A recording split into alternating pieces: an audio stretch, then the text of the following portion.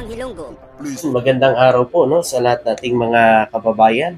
So ito na naman mga kababayan, nagsisiiyakan na naman po ang mga iba nating kababayan didilis it otak po mga kababayan sa naging pahayag ni PBBM tungkol dito sa ating mga OFW po mga kababayan.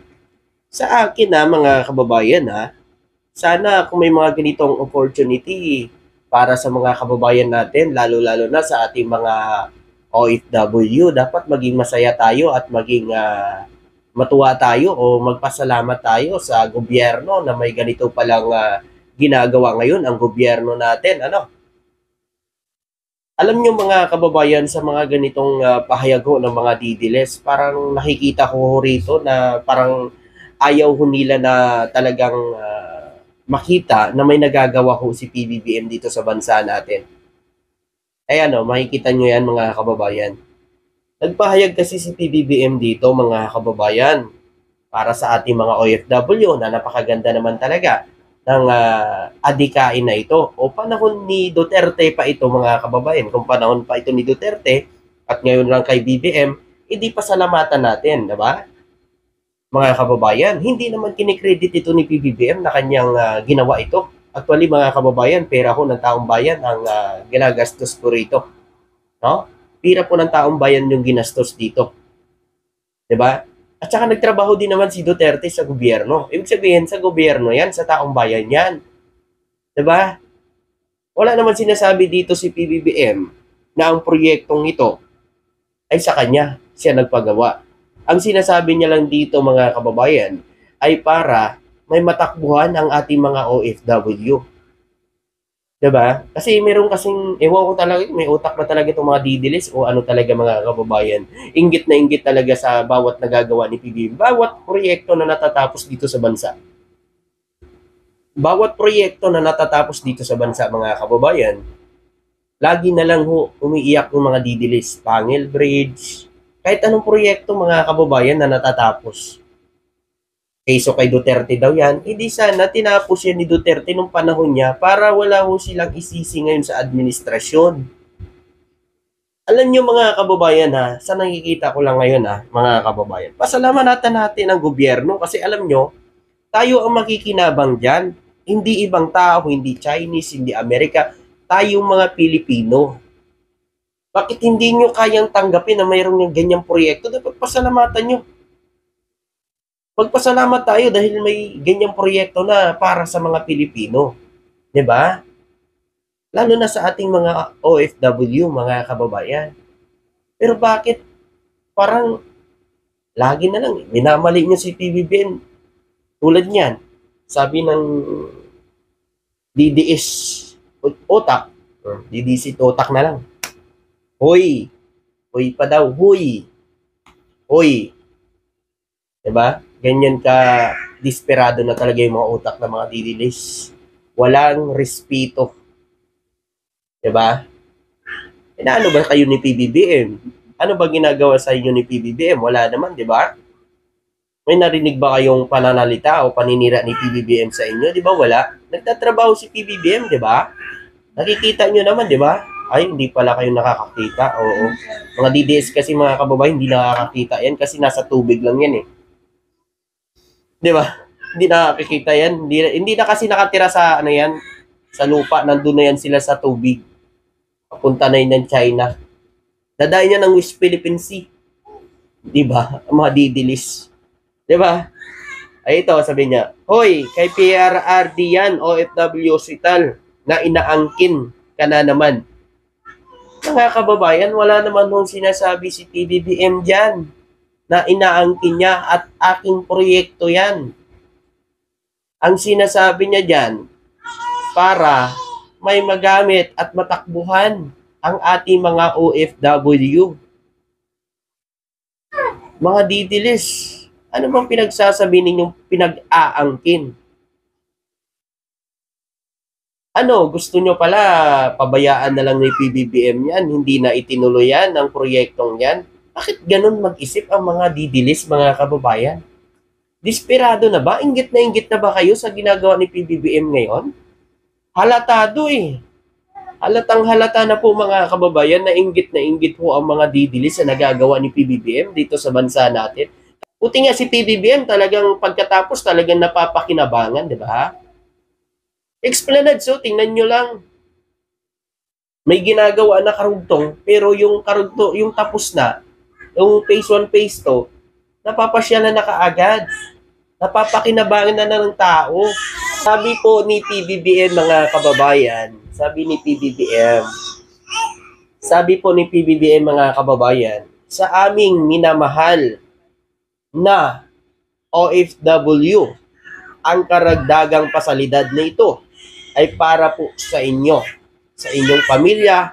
Hindi naman natin hinahangad na magamit ninyo ito. Ngunit mas makakahinga tayo ng maluwag kung alam natin na may matatakbuhan na ospital ang ating mga OFW sa oras ng pangangailangan. Oy mga didilis, wala ho tayong narinig dyan na sinabi niya na proyekto niya yan. Ang sa kanya lang, dahil siya ay nagtatrabaho sa gobyerno, nakikita niya na napakalaking ambag ng ating mga OFW sa lipunan dito sa bansa natin dahil sa ginagawa nilang pagpunta sa ibang bansa, mas pinapaganda pa ni PBBM. Para yan sa ating mga OFW, kahit DDS ka man, anti-Marcos ka man, pro-Marcos ka man, para po yun sa lahat. Wala pong inaangkin si PBBM dyan kasi hindi ho pira ni PBBM yan. Mga didilis, ano ba naman kayo? Saan ba napupunta yung utak nyo? Ha? Lagi na lang po yan. Kapag ka merong proyekto natatapos, sabihin nyo, ribbon cutting lang. Sabihin nyo, hoy, hindi naman proyekto mo yan, inaangkin mo. Wala naman ho tayong narinig na inangkin ni PBBM dyan. Dapat mga didiles, noon pa lang, sa 7 trilyon na inutang ng tatay nyo, di sana sinabihan nyo na siya na tapusin niya na ang proyekto. Huwag niya na paabutin sa susunod na administrasyon para hindi kayo umiiyak ngayon. Diba? Mga didilis, tama?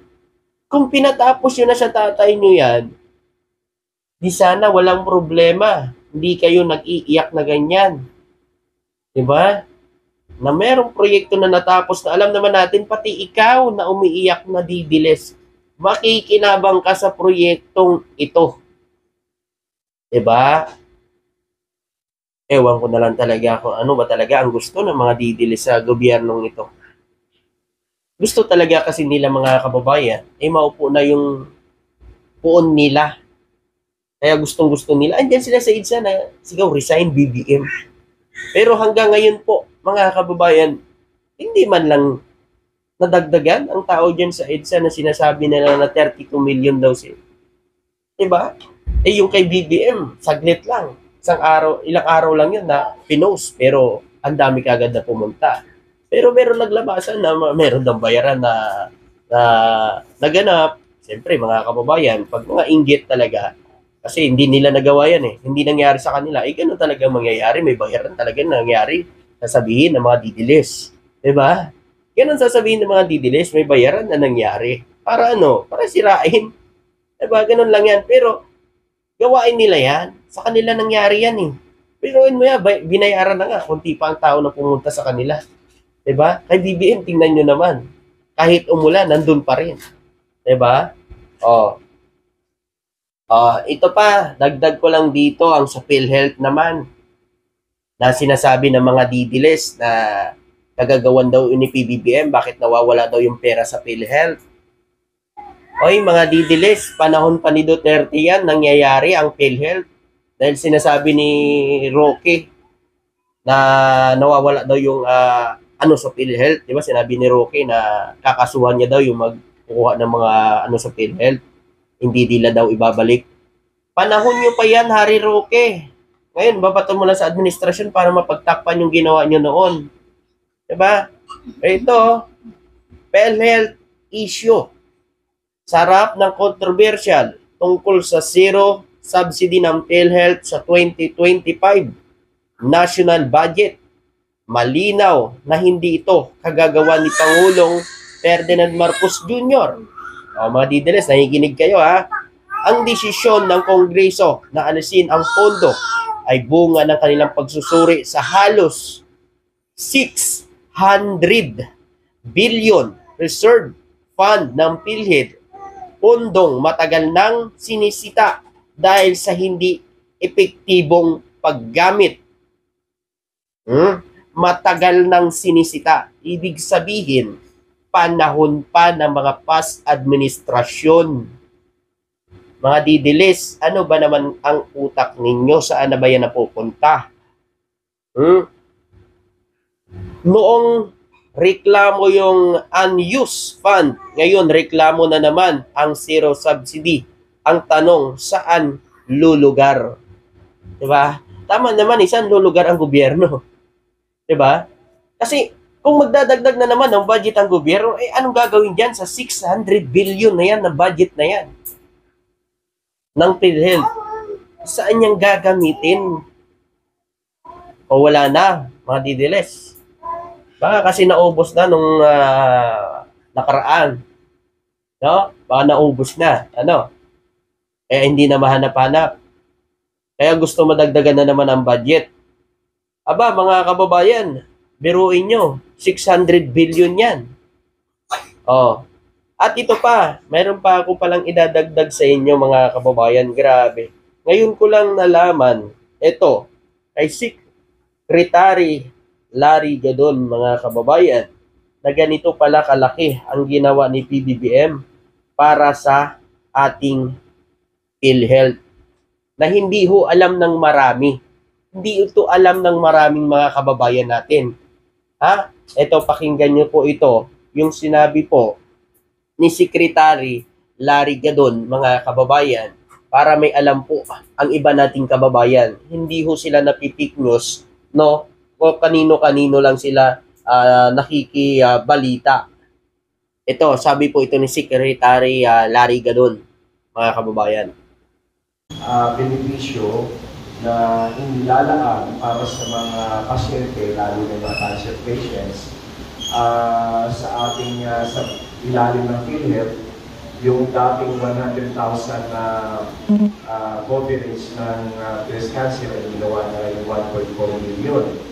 Tinig nyo, ang dating 100,000 ginawa ng 1.4 million ni PBBM.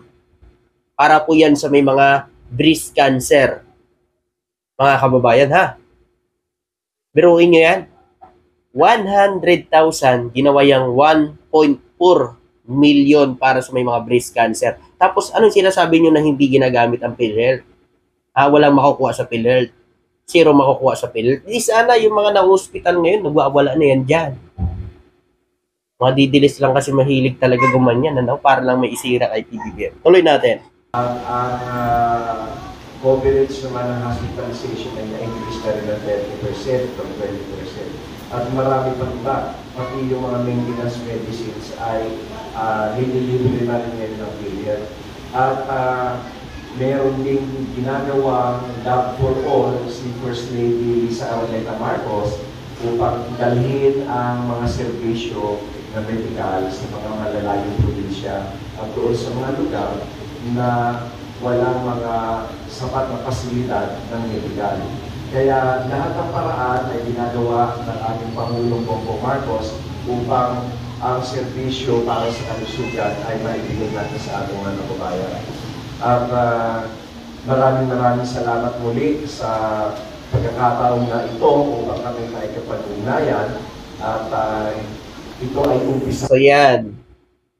Nandun ho kasi kami niyan mga kababayan kahapon. Pumunta kami ng yung mga hospicio, pumunta din po kami ng Bahay Aruga. Yung mga kababayan natin may mga sakit tulad ng may mga cancer, yung mga bata, nandun po. So yun ang pinuntahan namin at yun din po ay pinaliwanag po ni Secretary Larry Gadon na yung may mga breast cancer ay dating 100,000 lang ay ginawa ng 1.4 million ngayon ni PBBM.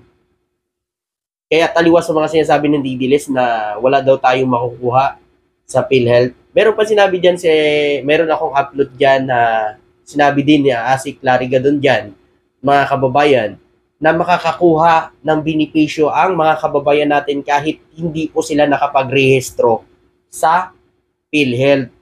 Makakaabil pa rin po sila ng PhilHealth, mga kababayan. Diba, napakaganda ng ginawa ni PBBM, diba? Tapos sasabihin ng mga Didiles, walang nagagawa si PBBM.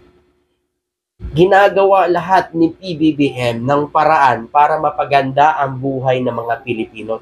Tulad na lang ng Love for All ni First Lady na nilalapit niya sa mga tao ang mga medical mission, mga laboratory, yan yung po yung mga dala-dala ng Love for All ni First Lady sa mga kababayan natin. So, Ginoong gagmay. Mas may nagawa pa nga si First Lady kaysa sa Vice Presidente. Diba? Oh. Ayun po, mga kababayan, maraming salamat po at magandang araw po sa inyo lahat. Thank you.